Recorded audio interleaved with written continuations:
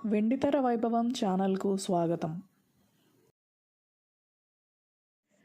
ఇది సుమారు 74 సంవత్సరాల నాటి సంగతి. అప్పట్లో తెలుగు సినిమాలన్నీ మద్రాసులోనే చిత్రీకరణ జరుపుకునేవి. హైదరాబాద్లో 2 స్టూడియోలు ఉన్నప్పటికీ సినీ పరిశ్రమ వేగంగా అభివృద్ధి చెందలేదు. నటుడు, నిర్మాత, సీనియర్ దర్శకుడు కెఎస్ ప్రకాశరావు 1952 ప్రాంతంలో విజయవాడలో తన ప్రకాష్ స్టూడియో నెలకొల్పాలని తీవ్ర యత్నాలు సాగించారు. కానీ ఎందుకనో వెనకడుగు వేశారు. ఆ తర్వాత సినీ కథానాయకుడు కృష్ణ, నిర్మాత, దర్శకుడు పి. చిన్నపరెడ్డి విజయవాడ పరిసరాల్లో ఫిల్మ్ స్టూడియోల ఏర్పాటుకు ప్రయత్నించారు. హీరో కృష్ణ మంగళగిరి సమీపాన గల చినకాకాని వద్ద స్టూడియో నిర్మించదలిచినట్లు పలుమార్లు పత్రికాముఖంగా ప్రకటించారు కూడా. అయితే అది ఆచరణలోకి రాలేదు. పి. చిన్నపరెడ్డి స్టూడియో నిర్మించిన దాఖలాలు లేవు. హీరో కృష్ణ మాత్రం 1983లో హైదరాబాద్లో పద్మాలయ స్టూడియో నిర్మించారు. ఫలితంగా మంగళగిరి సమీపాన స్టూడియో అన్నది కలగానే మిగిలిపోయింది. అప్పట్లో తెలుగు సినీ రంగానికి పెట్టుబడి ప్రధానంగా కోస్తా జిల్లాలైన కృష్ణా, గుంటూరు, తూర్పు, పశ్చిమ గోదావరి జిల్లాల నుండే వచ్చేది. సినీ పంపిణీ సంస్థలకు విజయవాడ కేంద్ర బిందువుగా ఉండేది. సినిమాల రాబడి కూడా ప్రధానంగా ఈ 4 జిల్లాల నుండే వచ్చేది.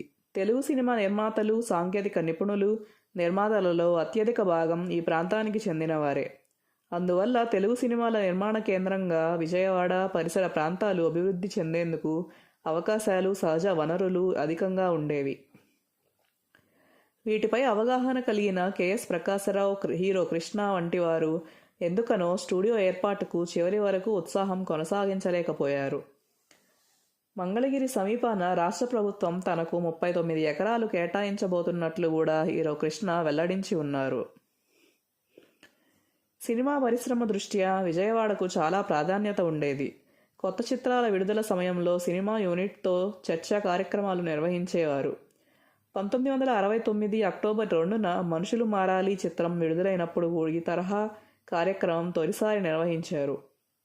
ఆ తర్వాత వాటి ప్రాముఖ్యత పెరిగింది. విజయవాడ సినీ రాజధానిగా దీర్ఘకాలం విరాజిల్లింది. సినిమా పక్ష పత్రిక చలనచిత్ర 1973 నవంబర్ సంచికలో ఈ విషయాలున్నాయి. మంగళగిరిలో తన చిత్రాల షూటింగ్ విషయమై హీరో కృష్ణ అప్పట్లో ఎంతో ఆసక్తి చూపేవారు. ఆయన చిత్రాలు సర్కార్ ఎక్స్ప్రెస్, పల్నాటి సింహం, సావాసగాళ్లు, పట్నవాసం, రక్తతర్పణం మంగళగిరిలో చిత్రీకరణ జరుపుకున్నాయి. బావమరిది, పుత్తడి బొమ్మ, ఇదా ప్రపంచం, దేవుడు చేసిన బొమ్మలు, వెలుగు బాటలు మంగళగిరిలో చిత్రీకరణ జరుపుకున్న ఇతర సినిమాలు. 1968లో ఫిల్మ్ ఫ్యాన్స్ అసోసియేషన్ 7వ మహాసభ రాష్ట్ర స్థాయి అవార్డుల కార్యక్రమం మంగళగిరిలో వైభవంగా జరిగింది. ఎన్టీ రామారావు, జమున, పద్మనాభం, రాజనాల తదితరులు పాల్గొన్నారు.